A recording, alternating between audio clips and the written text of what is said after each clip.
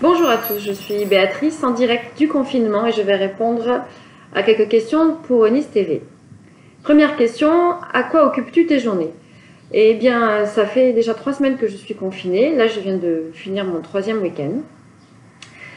Les semaines sont quand même passées assez vite, étrangement. Essentiellement parce que je travaille de chez moi, c'est vrai. Je fais du sport dans mon salon, devant des cours collectifs sur la télé. Je regarde des films et voilà, je sors pas du tout de la semaine, mais j'ai la chance d'avoir un appartement qui a la vue mer, donc ça me fait du bien au moral et à l'esprit de voir l'extérieur et d'entendre les oiseaux. Le week-end quand même, là je prends le temps d'aller marcher un petit peu dans l'heure qui nous est accordée et dans le périmètre aussi qui nous est accordé. Je profite également pour voir les amis en apéro virtuel. On essaie de prendre un peu la température les uns les autres de nos humeurs, de nos états d'âme, car ça fluctue pas mal quand même, et c'est important qu'on soit là. Je crois qu'on n'a jamais été aussi proche en étant aussi loin. Je vais également faire des courses, et là je vois des vrais gens, et ça fait du bien, même si on ne peut pas s'approcher, ça fait quand même du bien, ne serait-ce que de dire bonjour à la caissière.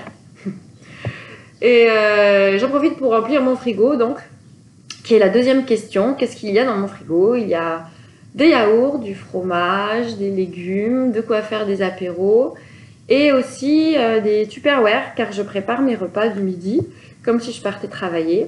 C'est la seule façon que j'ai trouvée pour me rationner un peu, et pas manger n'importe quoi. Donc voilà pour le frigo. Troisième question, quelle est ta série ou livre que tu conseillerais?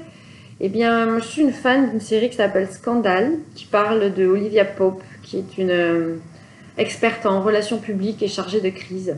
Elle travaille notamment avec la Maison Blanche, elle a dans son équipe des avocats, des anciens agents de la CIA, et c'est très immoral, très compliqué, les intrigues sont vraiment bien ficelées. C'est trépidant, les dialogues sont percutants et c'est comme les cacahuètes, quoi. Quand on commence, après, on a du mal à s'arrêter. Enfin, moi en tout cas. Comment ça se passe d'un point de vue professionnel? Alors, je travaille, comme je disais, de chez moi pour Excelia Group, qui est une école de commerce. Le campus est bien évidemment fermé, mais les cours sont assurés à distance par tous les professeurs. Moi, je suis au service développement, on continue à recruter des étudiants, à faire passer les concours à distance, on prépare l'année prochaine, enfin on est très très occupés et tous mobilisés et on trouve de nouvelles façons de communiquer avec les gens et finalement ça nous apprend à travailler autrement. Il y a des points positifs également à ça. Donc ça c'est pour le côté pro-pro, purement pro. Ensuite il y a une autre partie qui est ma passion, qui est donc le chant. Et c'est là où je vais parler de mon groupe qui s'appelle Biman. Donc ça c'est moi-même et Dominique, le guitariste. C'est un groupe de reprise pop-rock. Avec du Muse, Garbage, Nirvana, mais aussi Alanis Morissette, Britney Spears, enfin tout ce qui nous anime, tout ce qu'on aime. On arrange un petit peu tout ça à notre sauce. Dominique fait sur la boîte à rythme les arrangements de basse batterie. Et voilà, et on s'éclate. Sauf que là, on peut plus s'éclater puisqu'on peut pas répéter. Il y a trop de distance, de délai entre le visio et la musique. Donc, si vous avez des solutions pour qu'on puisse répéter en live, c'est avec plaisir que je prends parce que ça, on n'a pas résolu le problème. Donc là, on est coincé, sans parler de tous les concerts qui sont annulés également.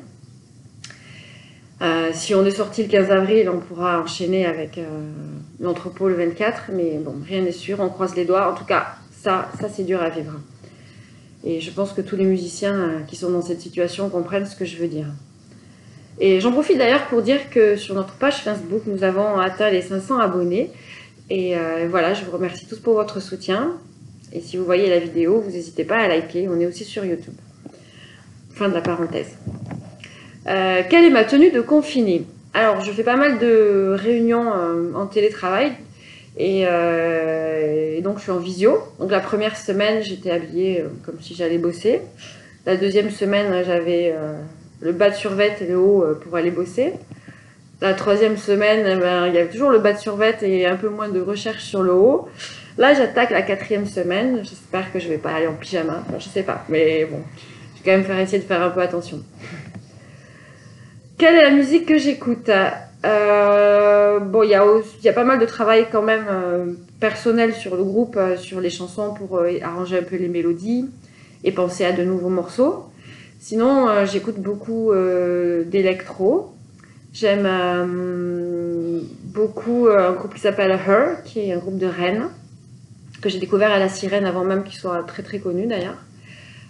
J'ai découvert il n'y a pas très longtemps Sophie Tucker. J'aime aussi Billie Eilish. Voilà, c'est souvent de l'électro avec des instruments live, souvent des guitares, et ça c'est chouette. J'écoute aussi beaucoup Yael Naïm, qui est une artiste qui me touche énormément, qui doit venir aussi aux Francopholies. Si elles sont maintenues, ben je fonce la voir. Et j'écoute dans un autre registre des bhajans, qui sont des chants traditionnels indiens, qui permettent à l'esprit de se libérer et de faire ressentir beaucoup de joie en soi. Donc ça je le conseille pour tous les gens qui ont envie de joie, d'énergie. Et voilà, c'est pas très connu, mais bon, ça fait partie des choses que j'écoute. La dernière question, un mot pour les soignants et pour les gens. Bah, les soignants, merci, vous êtes les vrais héros de cette guerre. Sans vous, rien ne serait possible. Et c'est fabuleux ce que vous faites, le don de votre vie au détriment des fois de vos familles. Et voilà, pour des inconnus, c'est voilà, respect. Là, respect, total respect. Un mot pour les gens, eh bien, je dirais que continuons à nous battre comme ça, en restant chez nous. On fait du bien à la planète. C'est vrai qu'on ne le comprend pas toujours, mais je crois que cette pause, elle est peut-être nécessaire. En tout cas, il faut que nous, on l'optimise, qu'on en tire les enseignements, qu'on revoie aussi un peu nos priorités, nos façons de faire, nos habitudes.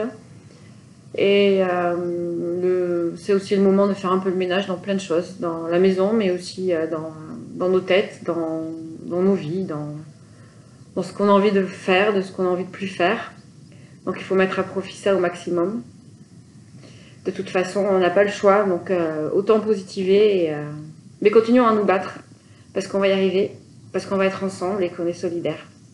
Voilà. Et j'espère vous voir prochainement à un concert. Merci de votre attention. Au revoir.